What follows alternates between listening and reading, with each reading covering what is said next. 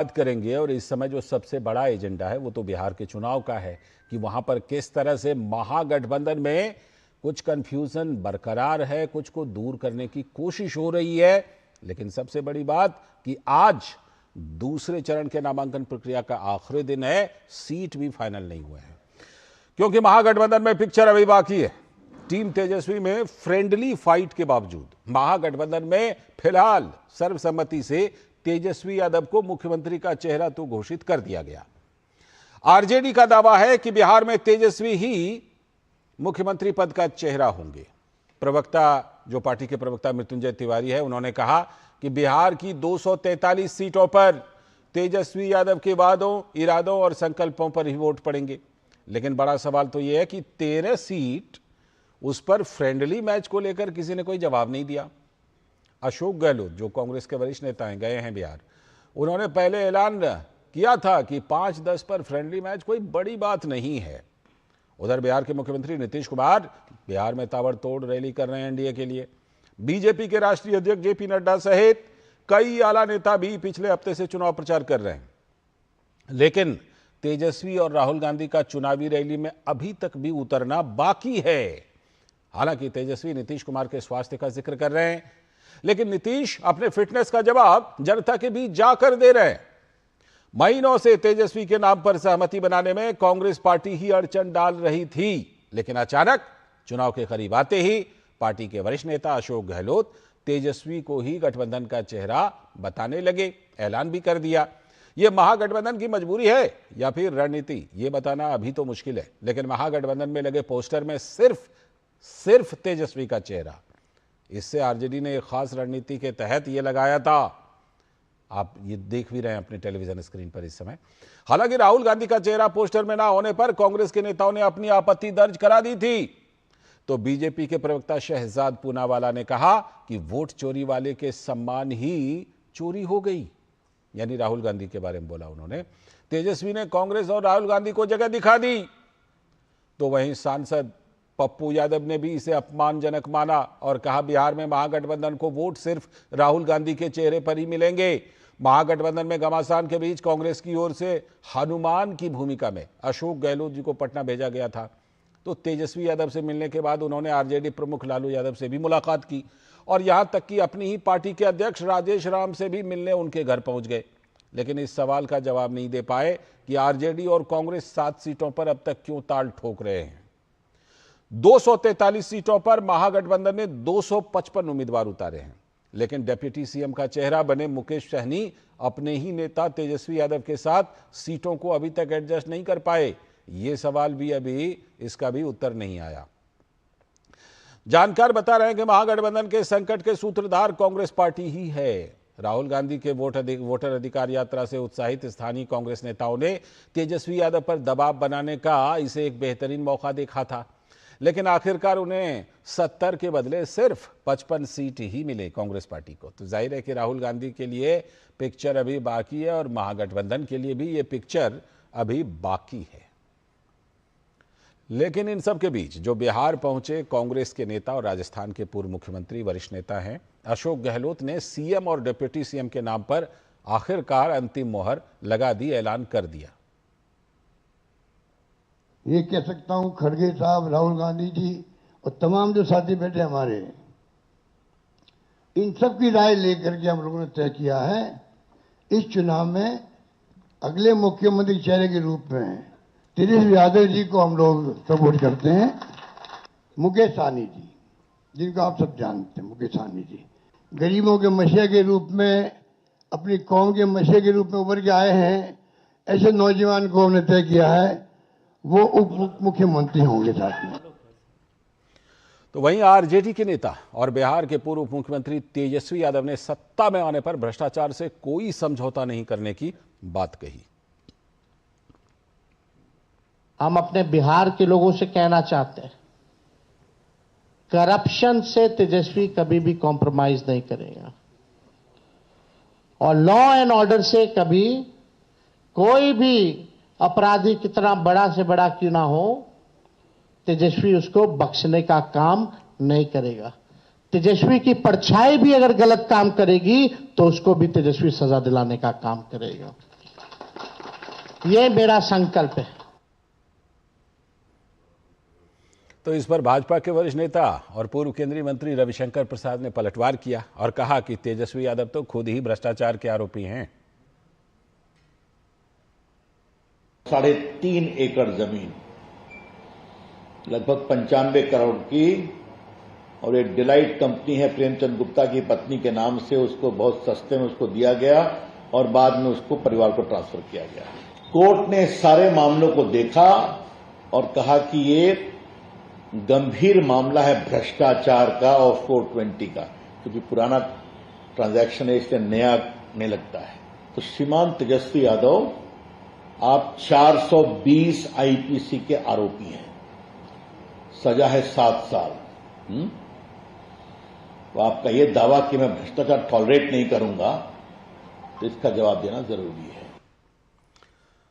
और बहरहाल महागठबंधन के बीच जो खींचतान है उसके दलों के बीच, उस पर निर्दलीय नेता पप्पू यादव ने कहा कि राहुल गांधी के नाम पर ही बिहार में वोट पड़ेंगे। राहुल गांधी के तस्वीर पर ही वोट पड़ने हैं, किसी और तस्वीर पर वोट नहीं पड़ने हैं। राहुल गांधी जी का सिंगल चेहरा होना चाहिए और अब गठबंधन में सबका होना चाहिए। गठबंधन में तीनों जो गठबंधन है उनका होना चाहिए।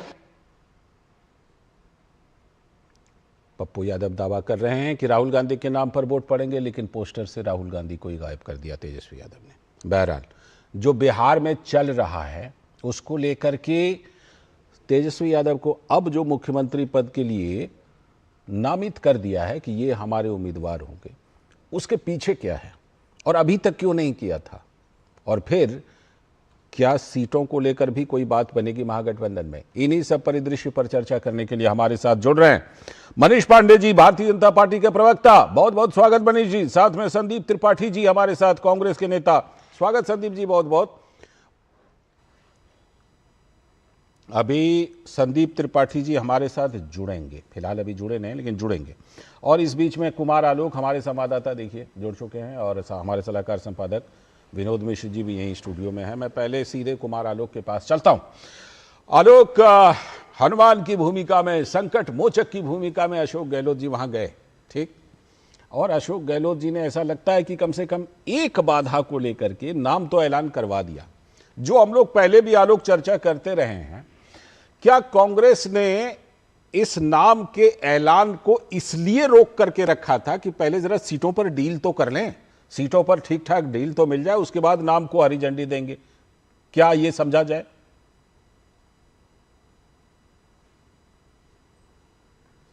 बिल्कुल सही आपने कहा। 3 बातें हैं। एक तो आपने सही कहा कि आरजेडी इस बार ज़्यादा सीटें देने के मूड में नहीं थी, क्योंकि पिछली बार 70 सीटें दी थी और मात्र 19 पे जीते थे। तो इस बार कांग्रेस इनको 50 से नीचे रखना चाहती थी।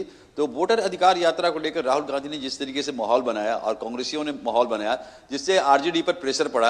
आपको मालूम भी होगा कि वो आरजेडी के तेजस्वी यादव बीच में यात्रा के बाद उन्होंने फिर से अपनी यात्रा निकाली, बिहार विकास यात्रा निकाली। तो एक कारण तो ये है जो आपने बताया। दूसरा कारण ये है कि अगर ओबीसी की हम बात करेंगे, ओबीसी में जो तेजस्वी की जाति है या तेजस्वी जो कास्ट है वो दबंग जाति है, तो उससे जो अति पिछड़ी जाति है, यादव या ओबीसी की बात करें, तेजस्वी की जाति की बात करें, तो 16 से 17% है। लेकिन अगर हम ईबीसी की बात करें, अत्यंत पिछड़ा वर्ग की अगर हम बात करें, तो लगभग 40% की ये आबादी है। और ये आबादी जो तेजस्वी यादव की जाति की जो आबादी है उससे बहुत ही डिफरेंसेस है, और वो नहीं चाहते कि इनके साथ आरजेडी के साथ हम जुड़े। और नीतीश कुमार ने एक बहुत ही टारगेट करके या उनके साथ काम करके उनको आरक्षण दे करके अपना वोट बैंक बनाया एनडीए ने। तो इसके लिए कांग्रेस चाहती थी कि अगर तेजस्वी का नाम हम अगर आगे करेंगे तो अत्यंत पिछड़ा वर्ग पर संविधान को लेकर के अब राहुल गांधी दौड़ रहे थे पूरे बिहार में, और उनकी एक ख्वाहिश थी कि हम इस ईबीसी वोट को नीतीश से तोड़कर अपनी और कांग्रेस की ओर ले आए। तो ये इसलिए वो घोषणा नहीं कर रहे थे, चीफ मिनिस्टर के नाम की घोषणा। दूसरी तरफ दीपांकर भट्टाचार्य की जो माले है, माले का भी जो बेस है, वोट बेस, अगर कास्ट बेस की हम बात करें तो उनका भी अति पिछड़ा वर्ग पर अच्छा प्रभाव है। तो वो भी नहीं चाहते थे कि हम पहले ही चुनाव के पहले ही तेजस्वी का नाम अगर हम जाहिर करते हैं, अगर आगे करते हैं, तो ये बड़ा वोट बैंक का जो चंक है वो बिल्कुल एनडीए की तरफ चला जाएगा या हमारी तरफ नहीं आएगा। और तीसरा जो सबसे बड़ा कारण है, जो लैंड फॉर जॉब का जो मामला है उसमें तेजस्वी भी आरोपित है। तो इसको लेकर के महागठबंधन में यह माहौल था कि अगर हम इनका नाम आगे करेंगे तो एक संदेश जाएगा कि जिस आदमी के हाथ भ्रष्टाचार में डूबे हुए हैं, जो कल्प्रिट तो नहीं होने आरोप जिन पर तय हो चुका है, उसको अगर हम कैंडिडेट घोषित करते हैं तो पब्लिक में अच्छा मैसेज नहीं जाएगा। तो ये 3 मुख्य कारण थे जहां पर कांग्रेस और वाम पार्टी नहीं चाहती थी कि हम नाम आगे करें। आलोक, आपने ये 3 मुख्य कारण गिनाए और हकीकत क्या है कि ये कारण रहते हुए, सारे कारण के रहते हुए आज तेजस्वी यादव के नाम का ऐलान करना पड़ा। मैं लौटता हूं आपके पास। विनोद जी, वही सवाल, ये तीनों कारण हमारे संवाददाता ने अभी गिनाए, फिर भी तेजस्वी यादव को मुख्यमंत्री के तौर पर और मुकेश सहनी को उप मुख्यमंत्री के उम्मीदवार के तौर पर ऐलान करना पड़ा, जबकि सीटों पर भी बात नहीं बनी है। वो कौन सी मजबूरी है, बताइए। लाल जी, हम लोग कल भी ये चर्चा कर रहे थे कि हुजूर आते आते बहुत देर कर दी। तो ये हुजूर को जो ये ऐलान करना था, ये अगर कुछ दिन पहले किए होते तो शायद नज़ारा कुछ और होता। ये करने में पता नहीं जो भी बाधा बता रहे हों आलोक जी, लेकिन इम्पोर्टेंट ये है कि तेजस्वी के तरफ से, आरजेडी के तरफ से ये साफ था। आरजेडी के तरफ से ये साफ था, इसलिए तेजस्वी यादव सीना ठोक के कहते थे कि हम 243 सीट पे लड़ रहे हैं। उसने कभी नहीं कहा कि ये महागठबंधन या राहुल गांधी का जो सहयोग है उससे हम लड़ रहे हैं। तेजस्वी 243 सीट पे लड़ रहा है। आज भी उनके प्रवक्ता यही बात कर रहे हैं कि तेजस्वी यादव का संकल्प, तेजस्वी यादव के वादे, यही 243 सीट पे वोट जनता के साथ में वोट का एक सबसे बड़ा क्लेम है। तो इट मीन्स कि बिहार में जो ये जमीन तलाशने गए थे राहुल गांधी, वो एक तरह से मुंह के खाए हैं। क्योंकि उनको ये तो आप ये साफ साफ देख सकते हैं कि जो सीटें शेयरिंग की बात जब हो रही थी, आज अगर आरजेडी और कांग्रेस पार्टी ये अगर 7 सीट पे आमने सामने है, तो इसका मतलब तय है कि सीट शेयरिंग के बारे में उनकी बात नहीं बनी। बिल्कुल। ये अगर आप देखिए कि कांग्रेस पार्टी के जो वहां के प्रदेश अध्यक्ष है, वो भी आज सुबह तक नाराज है, तो इसका मतलब है कि ये सारा काम जो है, ये संकट मोचन गए थे, उसमें स्थानीय लीडरों की कोई पूछ नहीं थी। तो इन सारे सवालों को लेके अगर आप देखिए कि एनडीए के में और अभी महागठबंधन में अंतर दोनों का ये है कि महागठबंधन अभी तय नहीं कर पाया कि इलेक्शन रैली कहां से होगी। ठीक है। जबकि आप ये सोचिए कि फर्स्ट फेज के इलेक्शन होने में मुश्किल से 1 हफ्ते रह गए, छठ के बाद अगर ये शुरू करेंगे, तो आप इलेक्शन को किस नीति और किस नियति से लड़ रहे हैं, ये भी जनता के साफ में है। बिल्कुल। Chief minister, deputy chief minister का उम्मीदवार आप किसी को बना दीजिए, जनता ने जो क्या उम्मीदवार बनाया है, ये सवाल सबसे जनता के दिमाग में वो उम्मीदवार है। लेकिन संदीप त्रिपाठी जी, ये बताइए कि अभी जो हमारे संवाददाता कह रहे थे कि विचार तो ये था भाई कि जो चुनाव वोटिंग से पहले नाम ना बताया जाए कि हमारे कौन उम्मीदवार होंगे, बताना तो पड़ गया। आखिर क्यों बताए? ठीक ठाक डील मिल गई तो बता दिए क्या, इसीलिए रोक करके रखे थे? नहीं, देखिए आलोक जी, या आपकी सोच हो सकती है, तो हर एक पार्टी की अपनी एक रणनीति होती है। और हमने कभी ये नहीं कहा कि तेजस्वी चेहरा नहीं है। हम ये कहते थे कि वो बड़े दल के रूप में है, लड़ रहे हैं, और अगर आरजेडी उनको चेहरा मानती है तो चेहरा है। हम ये हरदम कहते थे, और आपकी डिबेट पे मैंने 10 बार यही बात बोली है कि वो बड़ा चेहरा, बड़ी पार्टी वहां पर है, और अगर आरजेडी उनको अपना चेहरा मानती है तो जाहिर सी बात है चेहरा है। लेकिन जिस रणनीति के तहत हम ये क्या कर रहे थे, उस रणनीति में हम सफल हुए। ये बात मैं क्यों कह रहा हूँ? आज बताइए, हमसे तो पूछा जाता था कि दूल्हा कौन है, दूल्हा कौन है। आज एनडीए का दूल्हा कौन है? वो तो कह चुके हैं नीतीश कुमार है। क्या नहीं कहेगा? अभी नहीं कहा। उन्होंने कहा इनके नेतृत्व में चुनाव लड़ा जाएगा, जैसे एकनाथ शिंदे के नेतृत्व में लड़ा गया, जैसे वसुंधरा राजे के नेतृत्व में लड़ा गया, जैसे शिवराज सिंह के नेतृत्व में लड़ा गया, और फिर उनको दूध में पड़ी हुई मक्खी की तरह निकाल कर बाहर फेंक दिया गया।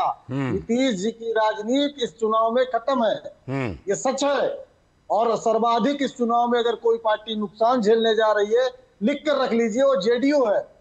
वो जेडीयू का अस्तित्व जैसे जो है बसपा को भाजपा ने यहाँ खत्म कर दिया। और अटल बिहारी वाजपेयी की बात मुझे याद आती है कि हमने कांटे को निकालने के लिए कांटे का इस्तेमाल किया, और जब कांटा निकल जाता है तो निकालने वाला। जेडीयू के तो प्रवक्ता हमारे साथ नहीं है, लेकिन बीजेपी के प्रवक्ता हैं। बीजेपी के प्रवक्ता हैं। मैं उनसे पूछता वाला है, जो निपट गया वो तो रहेगा ही नहीं। ठीक है, बीजेपी के प्रवक्ता उनसे पूछता हूँ। मनीष जी जरा बताइए, मनीष जी जरा बताइए, ये कह रहे हैं कि भाई हमारी तरफ में तो हमने फाइनल कर लिया, उधर ही फाइनल नहीं है मुख्यमंत्री का नाम, दूल्हा कौन है, क्या स्थिति है एनडीए की, बताइए आप ही।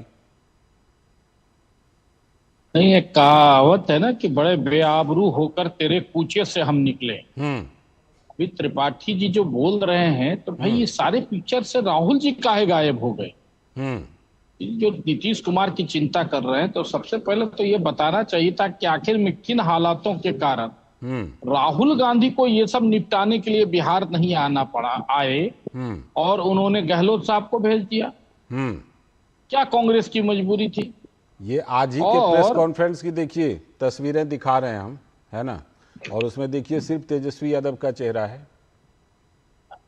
और इसलिए मैं कह रहा हूं ना कि आखिर में क्या बातें भीतर चल रही है कि राजेश राम ने जो कहा था कि दलित झुकेगा नहीं, और आज तक वह झुके हुए अपने आप को महसूस कर रहे हैं। आखिर में कौन सी ताकत बिहार में है जो दलित को झुकने पर मजबूर कर रही है? ये विषय तो आएंगे। और तेजस्वी यादव के बयान आपने चलाए कि भ्रष्टाचार से कोई समझौता नहीं करेंगे, तो इससे बड़ा मजाक, इससे बड़ा मजाक बिहार वासियों के लिए क्या हो सकता है, बिहार के लिए क्या हो सकता है कि खुद चार्ज सीटेड व्यक्ति कहता है कि मैं भ्रष्टाचार से समझौता नहीं करूं, और वो भी वह जिसकी पीढ़ी दर पीढ़ी, पीढ़ी दो पीढ़ियां, एक पीढ़ी नहीं दो पीढ़ियां, पिताजी तो सजा याफ्ता हो गए और पुत्र जो है वो खुद जो है सो चार्ज सीटेड हो गए। और कांग्रेस तो भाई, त्रिपाठी जी तो बड़े विद्वान प्रवक्ता, इनको तो बताना चाहिए था कि आखिर में यही आपकी मजबूरी थी ना, कि आप नहीं चाहते थे कि बिहार में भ्रष्टाचारी कोई व्यक्ति को हम सीएम फेस बनाए, खुल के बोलिए ना। लेकिन ऐसी कौन सी मजबूरी आपकी फंस गई कि राहुल गांधी ने कहा कि नहीं नहीं नहीं नहीं नहीं, नहीं। हालांकि खुद राहुल गांधी भी भ्रष्टाचार के मामले में जमानत पर हैं, लेकिन बिहार में जो चेहरा था कि उन्होंने यह ऐलान राहुल गांधी नहीं करके उन्होंने अशोक गहलोत को भेज दिया कि नहीं आप जाके घोषणा कीजिए। ठीक है। तो ये जिसको जीत मान रहे हैं और एनडीए से तुलना कर रहे हैं, मुझे लगता है बिहार के लोग समझ रहे हैं। संदीप जी एक लाइन का जवाब दीजिए। संदीप जी काउंटर। अब देखिए सर, राहुल जी से पूछ रहा है कि राहुल जी कहाँ है, मोदी जी कहाँ है? भाई जब से आचार संहिता लगी मोदी जी आए क्या बिहार? वो कह रहे हैं तेजस्वी यादव को क्या भ्रष्टाचार की वजह से हिचकिचा रहे थे क्या? सर भ्रष्टाचार के आरोप की वजह से नीतीश जी को मानसिक विकलांग कहा था, इसलिए क्या उनको जो है मुख्यमंत्री का दावेदार नहीं घोषित किया जा रहा है क्या? मोदी जी ने कहा था ना मानसिक विकलांग है, मानसिक स्थिति सही नहीं है, इस वजह से आप मुख्यमंत्री नहीं बना रहे, तो जवाब दीजिए ना। लगने क्या जरूरत? और चाहिए मुख्यमंत्री नहीं बनाइएगा। ठीक है, ठीक है, ठीक है, बहरहाल बनने भी नहीं जा। ठीक है। कुमार आलोक अभी जो एक बात मनीष जी ने उठाई कि तेजस्वी यादव ने प्रेस कॉन्फ्रेंस में दो चीजों का खास तौर पर कुमार आलोक जिक्र किया, मैं आपको वो दोनों चीजें बताता हूं और आपने सुना भी होगा, आप तो वहां थे ही। एक तो उन्होंने कहा कि भ्रष्टाचार पर मैं बिल्कुल कॉम्प्रोमाइज नहीं करूंगा, और दूसरा लॉ एंड ऑर्डर पर एकदम बिल्कुल किसी को नहीं छोड़ूंगा। इस बार लग रहा है कि यही दो ऐसे मुद्दे हैं जो आरजेडी का पीछा नहीं छोड़ते, इसीलिए तेजस्वी यादव इस बार ज्यादा सतर्क होकर के इन चीजों पर पहले ही आगे आकर के सफाई दे रहे हैं। कुमार आलोक, क्या इसीलिए उनको ये जरूरत पड़ रही है क्या?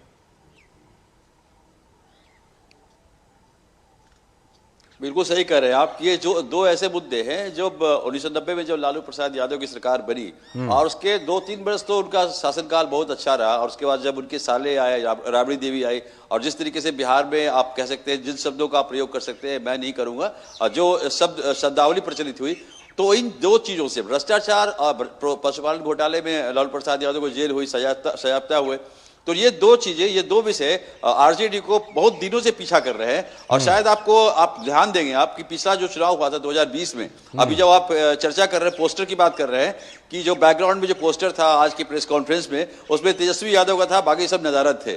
तो ये चीज अगर आप 2020 के कैंपेन को देखें, इलेक्शन कैंपेन को देखें, तो लालू यादव का जो जंगल राज या जो भ्रष्टाचार की बातें होती थी, तो तेजस्वी इससे निकलना चाहते थे कि ये इस मुद्दे को कैसे मैं करूं कि ये इस मुद्दे से मैं निकल जाऊं। और आपने देखा होगा जितने भी पोस्टर्स थे आरजेडी के उस समय, उसमें लालू प्रसाद यादव का चेहरा गायब था जी। तो मैं कह रहा हूं तेजस्वी कवायद कर रहे हैं कि इससे हम कैसे निकले, लेकिन जैसे निकलने की कोशिश करते हैं फिर कोई दूसरा मुद्दा उनके सर बिल्कुल आ जाता है। और जाहिर सी बात है कि वो पीछा नहीं छोड़ता। विनोद जी, जिस तरह से एक तो ये बात, और मैं थोड़ा सा आपसे इसको और थोड़ा पीछे ले जाता हूं राहुल गांधी का ट्रांसफॉर्मेशन, उस पर आपसे चर्चा करूंगा।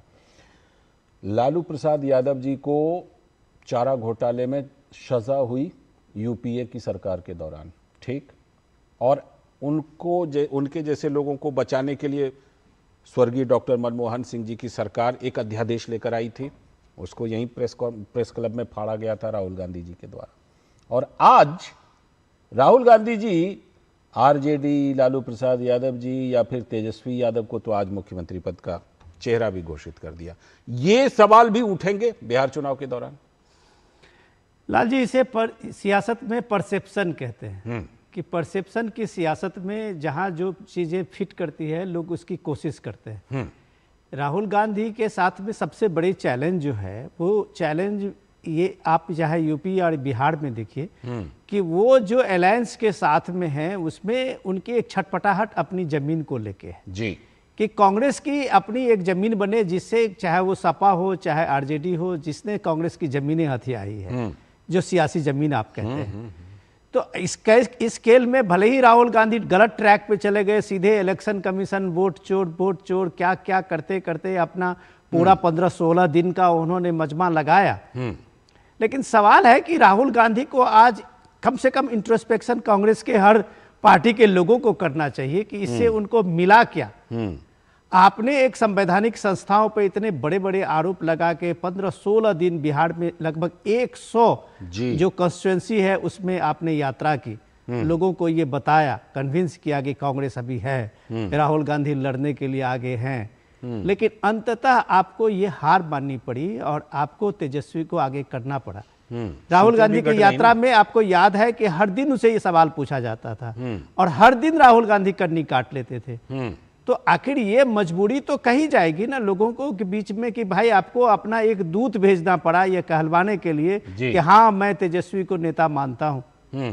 तो ये सवाल तो इनके आपस के गठबंधन का है। इंपॉर्टेंट ये है कि आप मैसेज देने में बिहार में फेल रहे हैं।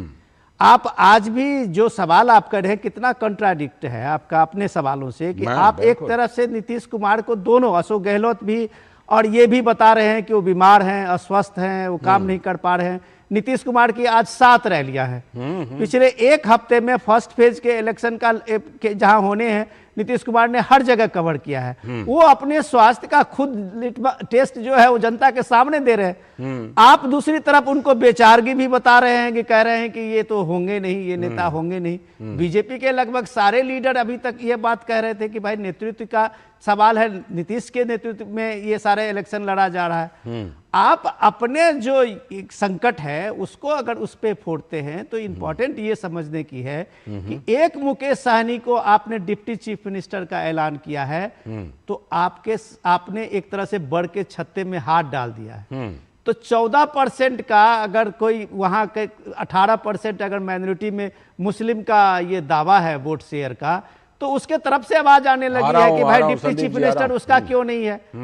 2.5% या 1% जो साहनी का वोट है उसको लेके अगर आप डिप्टी चीफ मिनिस्टर देते हैं तो ऐसे सामाजिक समीकरण में आप कितने को डिप्टी चीफ मिनिस्टर बनाएंगे। तो ये आपकी मजबूरी है जो आप नहीं चाहते थे इन चीजों का खुलासा करना, आज आपको एलानिया तौर पर प्रेस कॉन्फ्रेंस में करना पड़ा। ये कांग्रेस की सबसे बड़ी मोरल हम डिफीट। संदीप जी, हाथ में क्या लगा? सीटें घटी, 15 सीटें लगभग, वो अलग से उप मुख्यमंत्री पद की दावेदारी ले गए मुकेश सहनी। कांग्रेस को क्या मिला संदीप जी? और क्या ले करके आपने ये मान लिया कि हाँ ठीक है तेजस्वी यादव मुख्यमंत्री का चेहरा, मुकेश सहनी उप मुख्यमंत्री का चेहरा? बताइए क्या मिला? सर, मिलने और ना मिलने पे डिस्कशन हम लोग 14 तारीख को कर सकते हैं। अच्छा, जब मतलब नतीजा आएगा तब। अब सर यही बात मैं कह रहा हूँ कि ये मिलने ना मिलने पे तो 14 को हमको क्या मिला हमको पता है ना कि हम जिस ट्रैक पर चल रहे थे हम संतुष्ट हैं। अब बार बार जो अशोक गहलोत जी के आने की बात कही जा रही है, भारतीय जनता पार्टी के हमारे यहाँ के खारा हुआ सांसद भी आपके यहाँ वहाँ बिहार में जाकर वो लगवा रहा है, टेंट वगैरह लगवा रहा है। तो क्या कह दें कि मतलब वो दूध भेज दिया है? पार्टी है, पार्टी के नेता है, कोई दिक्कत भी नहीं है सर, कोई प्रॉब्लम भी नहीं है, मतलब गलत नहीं है। इस तरीके के डिस्कशन होते हैं और जहां पर जिस नेता का संबंध निजी तौर पर होता है उसको इसलिए लगाया जाता है कि बहुत सारी बातें आप उस लेवल पर हल हो जाएंगी, बिल्कुल। बातें और आसानी से हो जाएंगी। तो ये सारी चीजें की जाती है, इसमें कौन सी बड़ी बात है, हर पार्टी करती है। लेकिन सर मैं ये बात में क्यों कह रहा हूँ, बात नहीं, जवाब मेरा सवाल क्या है, आप हम पर सवाल खड़े करते हैं। भाई अभी भ्रष्टाचार की बात आई ना, एक मुरेठा वाले मंत्री है, 7 तो हत्या नरसंहार का अपराधी है वो, नरसंहार किया है, तो नरसंहार कत्ले आम, और हाफिडेविट में चार्जशीट या सजा याफ्ता है सर। बताइए स्टेटस बता दे, भाजपा स्टेटस बता दे क्या नहीं, आप बताइए ना, आप आरोप लगा रहे हैं, आप बताइए कि सजा याफ्ता या चार्जशीटेड है कि नहीं। सर हम यही बता रहे हैं कि वो बिहार के लोगों को गुमराह कर रहे हैं। भारतीय जनता पार्टी अपनी सत्ता का दुरुपयोग कर रही है और चुनाव आयोग का दुरुपयोग कर रही है, उसका नामांकन क्लियर है कि ना तो सजा याफ्ता है ना चार्जशीटेड है, ये मान रहे हैं ना आप? नहीं 1 महीने जेल काट के आया है, 1 महीने जेल काट के आया, ये सत्य है। नाबालिग का सर्टिफिकेट लगा के बचा, ये भी सत्य है। और उसमें भी घपला किया, 3 बार नाम बदला, ये भी सत्य है। और सर एक दवा नकली दवा वाला, सर नकली दवा वाला मंत्री है, भ्रष्टाचार की ये बात करेंगे। एक जिवेश मिश्रा करके कोई है, मनीष जी का जवाब लीजिए इस पर। और बता रहे भ्रष्टाचार की आप बात करिएगा, 71,000 करोड़ का क्या मनीष जी जवाब देंगे, मनीष पांडे जी दीजिए जवाब नहीं दे रहे। सृजन घोटाला का आरोप आपने लगाया, मोदी जी ने लगाया था नीतीश जी पर, ठीक है, उसका तो जवाब दे, जवाब ले लीजिए मनीष जी से। मनीष जी जवाब दीजिए। छोटी बच्चियों का बलात्कार के लिए जेडीयू की एक नेता की महिला, मनीष जी का जवाब लीजिए नहीं इस पर। मनीष जी बोलिए। मतलब आप जवाब नहीं दीजिए भाई, ऐसा दे रहे जवाब दे रहे। त्रिपाठी जी, कांग्रेस वालों की देखिए यही प्रॉब्लम है। जब मरीज खुद चल के इनके पास आया था इलाज करवाने के लिए, तब तो इनके डॉक्टर फरार हो गए थे, और अब जब मरीज थोड़ा स्वस्थ हो गया है और इनको आंख दिखा रहा है, तो अब ये जो है सो अपनी पैतरेबाजी कर रहे हैं। देखिए आप लोग जो त्रिपाठी जी को जो जिस बात के लिए आरोपित कर रहे हैं, मुझे लगता है त्रिपाठी जी बहुत मतलब बेकसूर है। दरअसल अशोक गहलोत साहब ने तो कल ही सारी बातें तय कर ली थी तेजस्वी जी के साथ कि भाई मंच पर चेहरा सिर्फ रहेगा तेजस्वी यादव का। ये सारी बातें मीडिया में आई भी थी छनकर। संदीप जी तो मतलब अब बेचारे क्या कहे मैं इनको, ये तो इनकी मजबूरी है यहाँ पर पक्ष रखना। लेकिन अशोक गहलोत ने सारी डील, अब क्यों की, कैसे की डील, ये विषय तो अंदर की बात है, लेकिन हम लोगों ने जो मीडिया कल खबरें पढ़ी थी उसमें था कि सारी बातें तय हो गई है और ये फ्रेंडली गेम भी करेंगे, यह भी तय हो गया था। उस पर भी जवाब दीजिए। जो संदीप जी ने कहा कि आपके नेताओं पर भी गंभीर आरोप हैं, उस पर जवाब दीजिए। नहीं देखिए, हमारे ये जो भी आरोप लगा रहे हैं वह आरोप तो अब लोकतंत्र की लड़ाई में जनता उस पर फैसला देगी ना। अब तो वह न्यायालय का विषय नहीं है, वह जनता की अदालत में है। हमारे ऊपर जो भी आरोप लगाए हैं या लगते रहे, देखिए 17 महीने ये सत्ता में थे बिहार में। ये यही अशोक गहलोत वहां पर राजस्थान परिवर्तन कर मुख्यमंत्री बने थे ना, कांग्रेस बीजेपी का सत्ता परिवर्तन करके। लेकिन भाजपा का एक भ्रष्टाचार ढूंढ पाए क्या? यही जो छत्तीसगढ़ के मुख्यमंत्री आए हैं, 15 साल रमन सिंह की सरकार हटाने के बाद वो आए थे मुख्यमंत्री। ठीक है, भाजपा का एक भ्रष्टाचार ढूंढ पाए क्या? ठीक है, ये 17 महीने बिहार में रहे, ये बीजेपी के किसी भी मंत्री का भ्रष्टाचार इनको नहीं ढूंढ पाए। अब जब सत्ता से बाहर हो गए हैं तो भ्रष्टाचार की बात करते हैं। तो बिहार की जनता राजनीतिक रूप से इतनी साउंड है कि इनके सारे आरोपों का जवाब जो है ना वो वोट के रूप में देने वाली है। आलोक ये बताइए, कुमार आलोक, अभी जो हम बात कर रहे थे, मिला क्या कांग्रेस को? सीटें घटी, उप मुख्यमंत्री पद जो है वो मुकेश सहनी ले गए। मुकेश सहनी तो सफल हुए इस मामले में, भले सीटें सिर्फ 15 या जितनी भी उनको दी गई हैं 15 के आसपास, उप मुख्यमंत्री पद पर तो दबाव बनाने में वो कामयाब हो गए। आलोक, कांग्रेस को मिलना चाहिए था।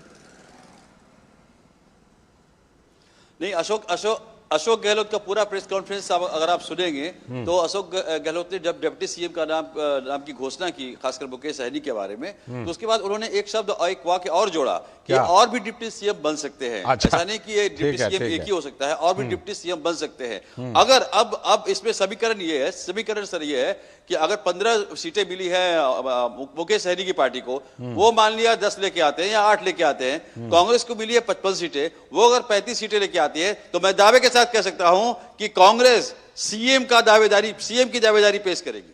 सीएम तक की दावेदारी पेश करेगी, वो तो तेजस्वी यादव को ऐलान कर चुकी है। खैर, लेकिन हाँ, डेप्यूटी सीएम का जरूर दरवाजा खोल के रखा है अशोक गहलोत जी ने। विनोद जी, जो बात अभी हम कर रहे थे, ये बताइए कि अब ये एक गंभीर मसला, चलिए चाहे सीएम को लेकर, डेप्यूटी सीएम को लेकर जो भी हुआ, करीब करीब 1 दर्जन सीट पर आमने सामने है, और अशोक गहलोत जी कहते हैं नहीं 4-5 सीट पर तो चलता है फ्रेंडली फाइट। ये बड़ा मुद्दा है, गंभीर मुद्दा है महागठबंधन के लिए। लाल जी, आपको त्रिपाठी जी को देख के ये लगा नहीं आज की वो बहुत ही एक डिफेंसिव हैं? वैसे तो त्रिपाठी जी का तो डिस्कशन में तो बहुत ऑफेंसिव रहते थे, आज लग रहा है कि त्रिपाठी जी अगर इतना डिफेंसिव हैं पांडे जी के सामने में, तो उसके पीछे कुछ तो कारण होगा। ये भी तो हो सकता है आज त्रिपाठी जी थोड़ा ज्यादा सभ्यता के साथ आए। नहीं, सभ्यता की बात है, कभी भी त्रिपाठी जी कभी असभ्यता की बात नहीं, मैं कह रहा हूँ कि और सोवर हो गए। लेकिन अगर वो नहीं है ऑफेंसिव और पांडे जी की बात में एकदम बिल्कुल हाँ में हाँ मना रहे हैं, तो जाहिर सी बात है कि वो सारी चीजें जानते हैं, हम आपसे बेहतर जानते हैं। बिल्कुल। आज अशोक गहलोत, मैं थोड़ा सा आपको ये जिक्र कर देता हूँ, आप उसको गॉसिप मत बता दीजिएगा, कि आप ये देखिए कि आपके बड़े नेता अशोक गहलोत को कितना पापड़ बेलना पड़ा है पटना में 24 घंटे में। मैं आपको थोड़ा सा टाइमलाइन दे दूं। अशोक गहलोत की पहली मीटिंग तेजस्वी यादव से होती है एयरपोर्ट से उतरने के साथ ही जी। तेजस्वी यादव के साथ मीटिंग होती है, उसमें 2 जो आपके बड़े महारथी थे, जो बिहार इंचार्ज हैं कृष्णा लेवड़ू, वो बाहर थे, और उसके बाद आपके राजेश राम जो आपके पार्टी अध्यक्ष हैं वो बाहर है, सिर्फ आप अशोक गहलोत हैं। फिर आप जो तेजस्वी से बात नहीं बनी तो फिर आप लालू यादव से आप मिलते हैं जी। 1 घंटे आपकी वहां मुलाकात होती है। आज सुबह सुबह आप प्रदेश अध्यक्ष, अपने प्रदेश अध्यक्ष के घर पे जाते हैं, ठीक है, उनसे मुलाकात करते हैं, उनसे मनाते हैं। तो आखिर ये मान मनोबल जो आपको इतना करना पड़ा, ये बताता है कि बिहार में आज आप किस हैसियत में हैं त्रिपाठी जी।